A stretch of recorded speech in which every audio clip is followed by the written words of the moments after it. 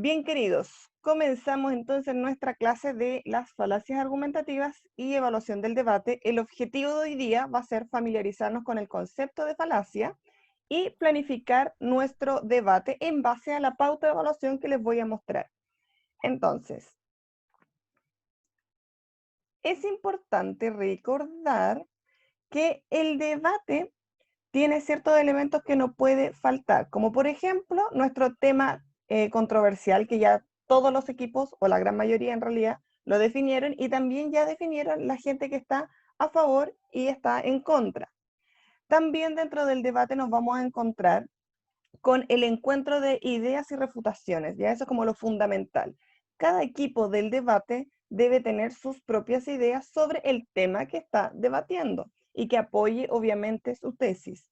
En este sentido, tenemos que decir que también dentro del debate no todo es 100% estructurado, sino que también va a haber una parte de improvisación, que eso lo vamos a ver durante la pauta de evaluación, donde se ve el apartado de la interacción, ¿ya? Ahí es donde uno tiende a improvisar porque necesita reacciones en base a los argumentos que van a presentar los oponentes el día del debate.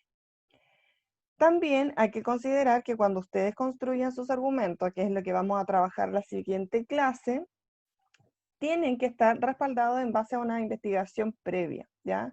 La investigación en este caso es fundamental para que su argumento sea suficiente, ¿cierto?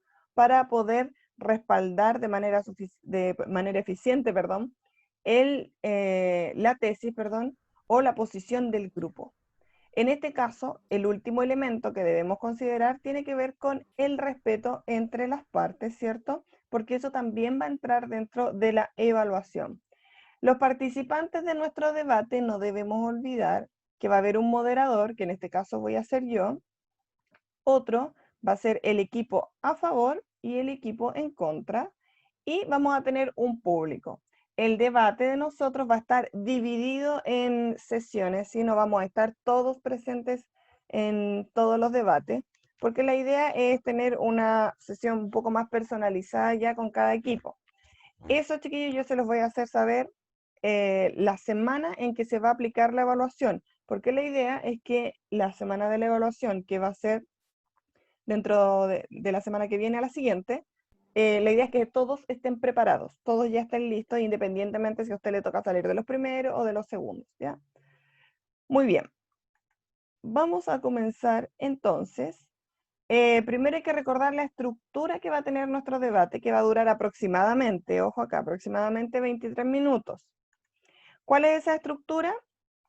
La estructura es entonces una introducción donde cada equipo, es decir, el equipo a favor y el equipo en contra, va a presentar su postura. En este caso, lo que tiene que hacer cada equipo es la presentación de la tesis, ¿cierto? Que es la postura. Explicar el contexto en el cual ustedes están enmarcando esta tesis. Por ejemplo, si van a hablar de la prohibición del aborto, en ese contexto deben decir que van a hablar de la prohibición del aborto bajo estas tres causales, hablan del contexto chileno, cómo se ha ido regulando, y dicen por qué es importante la posición que ustedes tienen respecto al tema, ¿ya? Es decir, vamos más que nada a describir el contexto en el cual se encuentra nuestra opinión. Después, en la segunda parte del debate, perdón, para la parte inicial van a tener 2 minutos cada uno. En la segunda parte del debate van a presentar los argumentos a favor de la tesis sostenida, ¿ya? Ahí ustedes van a decidir qué parte del equipo lo va a hacer, puede ser 1 o 2 personas. Y para eso van a tener 4 minutos cada equipo, ¿ya? Después tenemos un intercambio de preguntas y respuestas y contraargumentos. Van a tener 3 minutos para interactuar con la parte oponente, ¿cierto? Realizándoles preguntas sobre lo que ellos están diciendo, sobre lo que están argumentando, y también plantearle algunos cuestionamientos o contraargumentos posibles. Después tenemos una sección de refutación donde cada equipo va a rebatir los argumentos del equipo contrario sin incurrir, eso es importante, sin incurrir en falacias, que es lo que vamos a ver hoy día. Ya vamos a ver de qué se trata esto, de qué se tratan las falacias. Y después tenemos nuevamente un intercambio de preguntas respuestas, contraargumentos. Esto es como lo que se llama la interacción, ¿sí? Entre ambos equipos. Después de cada exposición de argumentos viene una interacción, si ustedes se fijan. Esas interacciones en total duran 3 minutos. Aquí pueden participar los dos equipos, ¿ya? Aquí se divide el tiempo. Y después, finalmente, tenemos una conclusión donde un integrante del equipo, esto es muy importante, va a sintetizar la postura de ese equipo recogiendo los argumentos más convincentes presentados, ¿ya? Em, Aquí es muy importante que seleccionen una persona que tenga la capacidad de eh, improvisar, entre comillas, dentro de la argumentación, porque él tiene que estar muy atento a los argumentos que se van a presentar ese día para poder elaborar una conclusión. Obviamente él va a llevar probablemente una conclusión bastante determinada o preparada. Sin embargo, dentro de esa conclusión debe incluir algunos elementos que se estén discutiendo ese día. Puede ser que aparezca un argumento nuevo a modo de refutación del otro equipo y él debería incluirlo si es que ese argumento es importante. Perfecto. ¿Cuál es la pauta que nosotros vamos a seguir para nuestro debate? Va a haber una parte de la pauta que es grupal y otra parte de la pauta que es individual. Por lo tanto, la nota final, chiquillos, va a ser individualizada, ¿ya? ¿Cuáles son los aspectos grupales que va a tener esta pauta? Tienen que ver más que nada con el contenido, porque la idea es que ustedes como equipo o como grupo preparen los argumentos, ¿cierto? Y para eso debe haber un trabajo en equipo y una planificación previa, que eso lo vamos a hacer la próxima semana. Y eso se va a ver de la siguiente manera. El indicador número 1 entonces dice, en la introducción los equipos presentan su tesis, ¿cierto? Explicando de manera coherente el contexto y la importancia de su tema, que es lo que mencionábamos antes, ¿cierto? Describir en qué momento de la historia están pensando esto, cuáles son las variables que esto, con qué tiene que ver, ¿cierto? Lo que implica, la descripción del contexto donde se encuentra inmerso y decir también de mano por qué eso es importante, ¿ya? Después, en el 2, los argumentos presentados a favor de la tesis cumplen con los requisitos mínimos de la argumentación. Recuerden que los requisitos mínimos es ser relevantes, ¿cierto? Ser suficientes y ser aceptables. Ya, eso lo vimos en las clases anteriores. El número 3, los respaldos, ojo acá, diferencia, argumento, cuando hablamos de argumento hablamos del modo de razonamiento, ¿ya? De la idea que va a respaldar la tesis.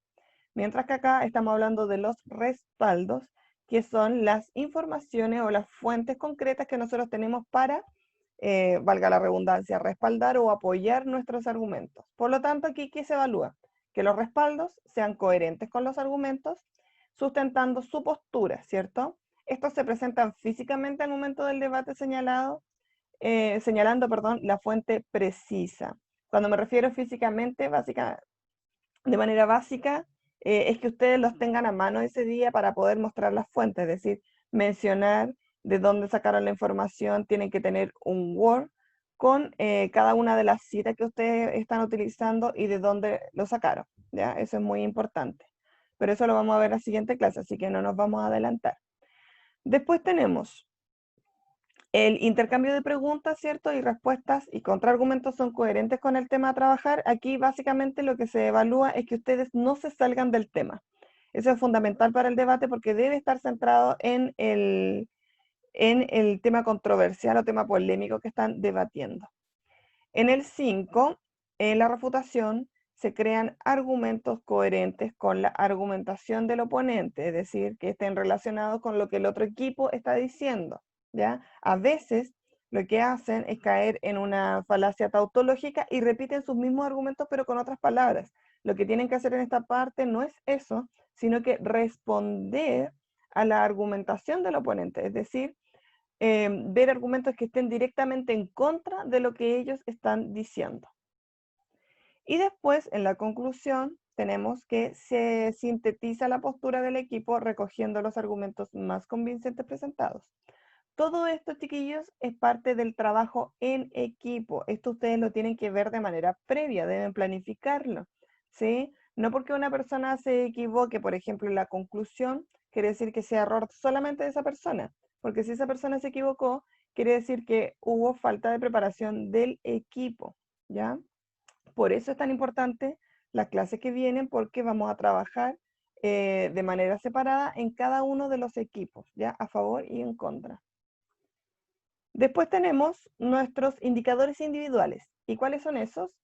Básicamente los que tienen que ver con oralidad. Lo que se evalúa aquí es primero el lenguaje verbal, ¿cierto? Que el registro utilizado sea de carácter formal. Y aquí hay que tener mucho cuidado porque a veces nosotros nos apasionamos, sobre todo ustedes cuando están debatiendo, em, e incurren, ¿cierto? En algunas faltas léxicas, podríamos decir, que son poco adecuadas para el contexto, ¿ya? Evitar las palabras informales, ¿cierto? Los desabruptos y obviamente caer en la falacia de falta de respeto a nuestro oponente, ya que eso también lo vamos a ver hoy día. Después tenemos en el 8 el lenguaje no verbal. Los movimientos corporales potencian la comunicación sin ser escasos ni distractores, es decir, se presentan de manera equilibrada. Aquí, queridos, yo obviamente estamos al frente de una cámara, yo no voy a ser tan estricta con esto, pero sí se espera que ustedes no estén estáticos delante de la cámara, siempre estén mirando hacia la cámara, tienen que tener un movimiento de manos pertinente, ¿cierto? No exagerado para no distraernos, pero se pide una comunicación bastante equilibrada. Yo creo que aquí la mayoría va a tener el puntaje completo, porque no podemos ser exigentes con este indicador en las condiciones que estamos, ¿cierto? En el 9, el lenguaje paraverbal, es decir, las pausas, el volumen y la modulación, favorecen la comprensión del mensaje, es decir, que se nos escuche el mensaje que queremos transmitir. Me imagino que en este contexto eso no va a ser problema, ¿cierto? No estamos dentro de una sala donde tenemos que levantar la voz. Las pausas sean adecuadas. Yo creo que aquí es donde tienen que tener quizás más ojo. A veces nos quedamos pegados con un tema mucho rato y nos quedamos en blanco. Y eso no debe suceder durante su argumentación. Aquí estamos hablando de pausas extensas, ya no pausas breves donde existe una continuidad de la comunicación, sino es que cuando se bloquean, básicamente. Y tenemos la modulación, ¿cierto? Que el mensaje sea comprensible. Básicamente eso. En el 10, el emisor evita el uso de falacias durante su argumentación. Esto porque lo pusimos de manera personal, porque se van a dar cuenta que las falacias corresponden a faltas argumentativas, pero que son parte de la manera en que se emite el mensaje, ¿ya? Ya lo vamos a ver un poquito más adelante, pero estas cosas, las falacias, son faltas personales, ¿ya?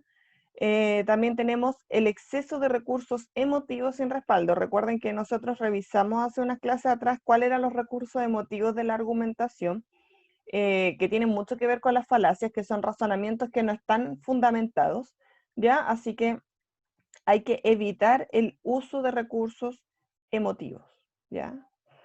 Y el 11 tiene que ver con el respeto de los tiempos. El interlocutor respeta los tiempos de intervención y muestra respeto por su oponente, porque este lo pusimos de manera individual también, porque a veces hay algunos interlocutores que se emocionan con su argumentación y se extienden más del tiempo acordado, ¿ya?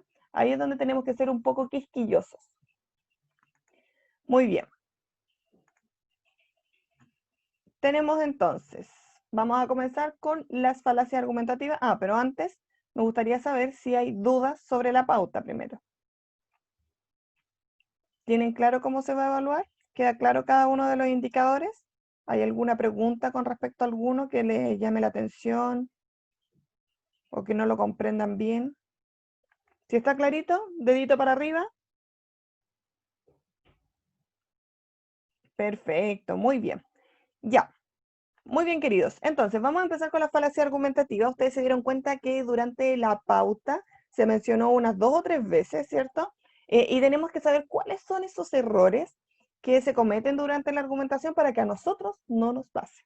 Entonces, lo primero que hay que decir con respecto a las falacias argumentativas es que son argumentos que parecen reales, pero no son reales. Es decir, son aparentes verdades, que es como el concepto de falacia, ¿ya?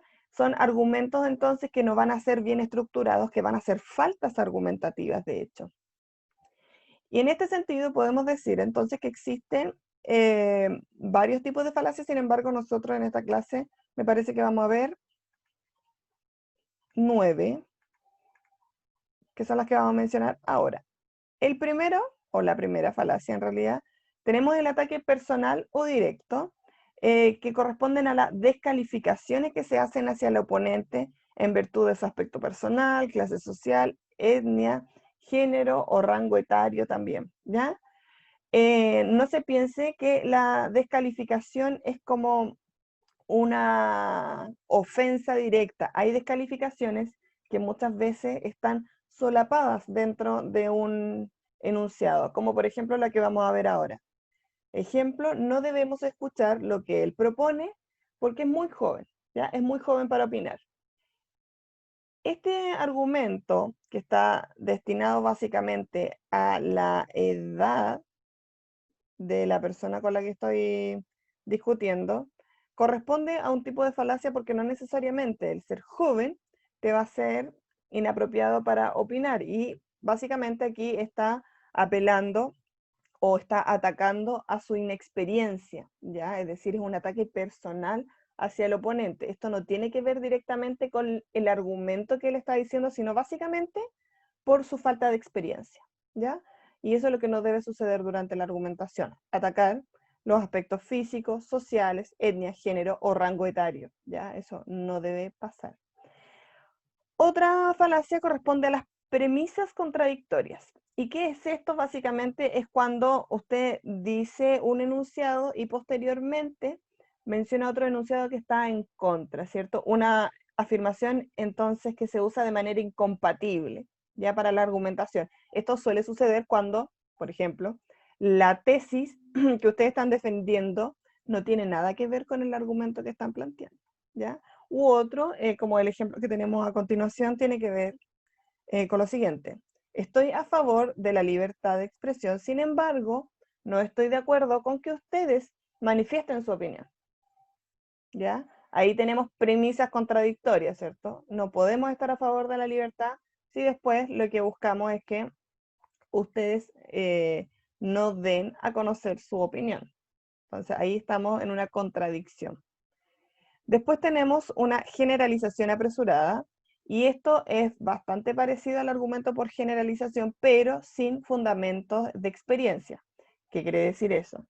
Se establece una generalización o conclusión con evidencias insuficientes, ¿ya? Esto es muy importante. Es una mala construcción del argumento por generalización entonces. Ejemplo, todo tiempo pasado fue mejor. Eso lo hemos escuchado bastante. Yo lo escucho de mi abuela, por ejemplo, pero aquí, en este caso, no tenemos argumentos concretos que nos demuestren eso, ¿ya? De hecho, podríamos decir que en cuanto a nivel tecnológico, el tiempo contemporáneo se caracteriza por ir avanzando de manera constante. Y también, eh, bueno, hay un montón de argumentos que podrían rebatir esta frase, pero esto es una generalización apresurada, ya cuando no tenemos los respaldos suficientes para poder respaldar, valga la redundancia, esta afirmación. Después, otras falacias son la petición de principios o tautología, y esto básicamente es una redundancia. ¿Qué quiere decir eso? Que se repite la tesis pero con otras palabras, o los argumentos se repiten pero con otras palabras para que estos parezcan distintos, pero en realidad terminan siendo lo mismo. Ejemplo, me parece muy ingeniosa la última película de Raúl Ruiz, porque está llena de ingenio. Repetitivo, tautológico, ¿cierto? Redundante. Ya me parece que aquí no necesitamos más explicación. Falsa analogía. Se establece una relación de identidad entre dos o más situaciones que no son comparables. Es una mala construcción del argumento de analogía. ¿Se acuerdan cuando nosotros comparábamos dos situaciones? Acá lo que se propone, que en la falacia de analogía corresponden a dos situaciones que no se pueden comparar, porque en magnitud no son lo mismo. Por ejemplo, dice, papá, si tú repetiste cuarto medio, yo también tengo derecho a repetir cuarto medio. Espero que a ninguno de ustedes se le ocurra decir eso porque es una falacia, ¿cierto? Que su padre haya repetido cuarto medio, que estaba en un contexto absolutamente distinto al actual, no significa que usted tenga que repetir cuarto medio por obligación. Se puede comprender por qué repitió, pero no puede basar su argumento en el hecho de que su padre también lo hizo, porque son contextos diferentes y son situaciones que no son comparables. Muy bien. Causa falsa, que es la otra falacia que vamos a revisar, corresponde a cuando se apoya la tesis con una simple causalidad o correlación de hechos, haciéndola pasar por la causa falsa de la tesis. Es decir, es una mala construcción del argumento de causalidad. ¿Qué quiere decir esto? La explicación que usted da del por qué sucede algo no corresponde a la realidad. Eso básicamente. Por ejemplo, me fue mal en la prueba porque ese día me levanté con el pie izquierdo. Ya. Ese argumento es cuestionable básicamente porque no necesariamente nuestro estado de ánimo va a marcar el resultado de la prueba. Probablemente también puede ser porque no estudió, ¿ya? Y simplemente no se quiere reconocer. Ahí tenemos una falsa causa, ¿ya? Después tenemos la apelación a la autoridad o falsa autoridad, ¿ya? En este caso vamos a tener dos acepciones, ¿ya? Aquí es muy parecido a la cita, así que hay que tener mucho, mucho cuidado en esto. ¿Cuáles son los errores que se dan al momento de querer citar? Vamos a tener una autoridad de una persona, ¿cierto? Que es famosa, pero que no tiene que ver con nuestra tesis. No es una autoridad dentro del contexto en el cual yo me encuentro inmerso.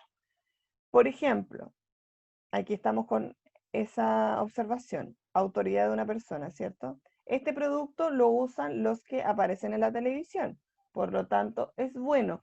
¿Cuántas veces nosotros hemos visto a sujetos em, haciendo publicidad sobre algunos productos cosméticos, ¿cierto?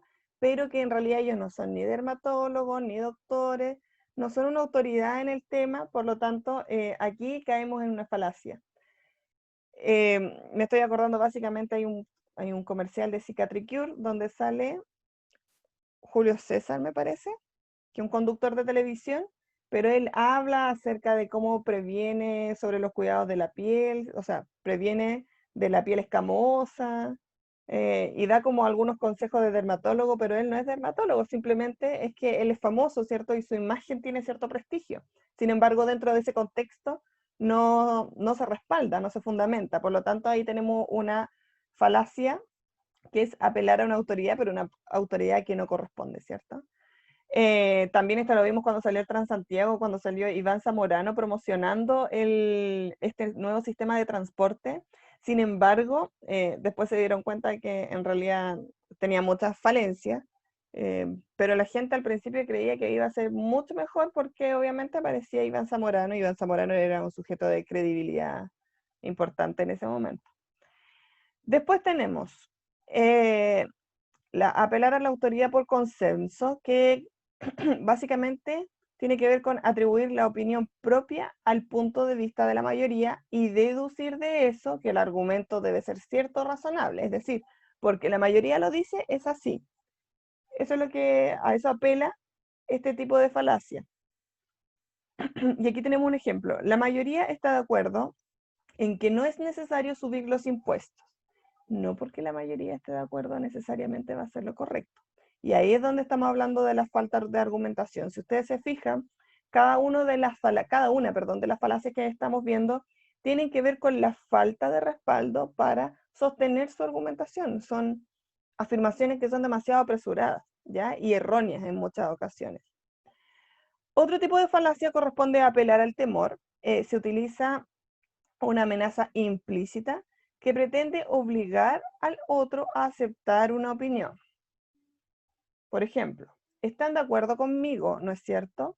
A menos que quieran tener prueba la próxima semana.